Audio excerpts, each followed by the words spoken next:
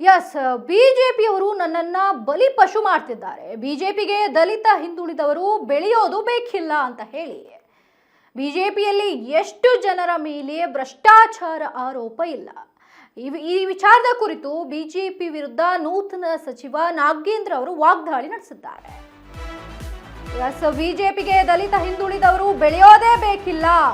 BJP ವಿರುದ್ಧ ನೂತನ ಸಚಿವ ಬಿ ನಾಗೇಂದ್ರ ಅವರು ವಾಗ್ದಾಳಿ ನಡೆಸಿದ್ದಾರೆ. ಬಿಜೆಪಿಯಲ್ಲಿ ಎಷ್ಟು ಜನರ ಮೇಲೆ ಭ್ರಷ್ಟಾಚಾರ ಆರೋಪ ಇಲ್ಲ,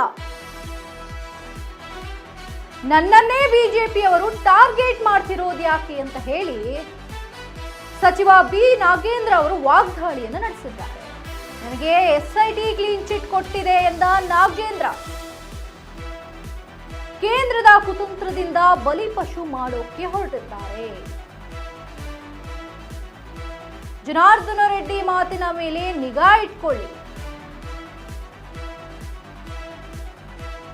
ಏಕವಚನದಲ್ಲಿ ಮಾತನಾಡೋದನ್ನ ಜನಾರ್ದನ ರೆಡ್ಡಿ ಬಿಡಬೇಕು ಅಂತ ಹೇಳಿ ಸಚಿವ ಬಿ ನಾಗೇಂದ್ರ ಅವರು ವಾಗ್ದಾಳಿಯನ್ನು ನಡೆಸಿದ್ದಾರೆ. ಅವರದ್ದು ಎಲುಬಿಲ್ಲದ ನಾಲಿಗೆ ಏನೇನೋ ಮಾತನಾಡ್ತಿದೆ, ಅವರಷ್ಟು ನಾನು ಕೆಳಮಟ್ಟಕ್ಕೆ ಇಳಿದು ಮಾತನಾಡಲ್ಲ. ವಿಜಯೇಂದ್ರರದ್ದು ಬಹಳಷ್ಟು ಇದೆ, ನಾವು ಕೂಡ ಮಾತನಾಡಬಹುದು ಅಂತ ಹೇಳಿ ಸಚಿವ ಬಿ ನಾಗೇಂದ್ರ ಅವರು ವಾಗ್ದಾಳಿಯನ್ನು ನಡೆಸಿದ್ದಾರೆ.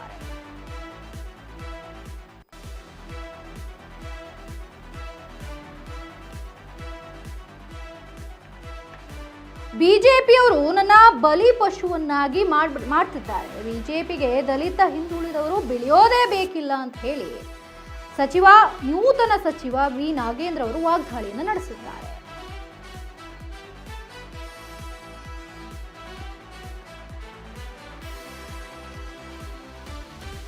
ಬಿಜೆಪಿಯಲ್ಲಿ ಎಷ್ಟು ಜನರ ಮೇಲೆ ಭ್ರಷ್ಟಾಚಾರ ಆರೋಪ ಇಲ್ಲ ಅಂತ ಹೇಳಿ ಪ್ರಶ್ನೆ ಕೂಡ ಮಾಡ್ತಿದ್ದಾರೆ.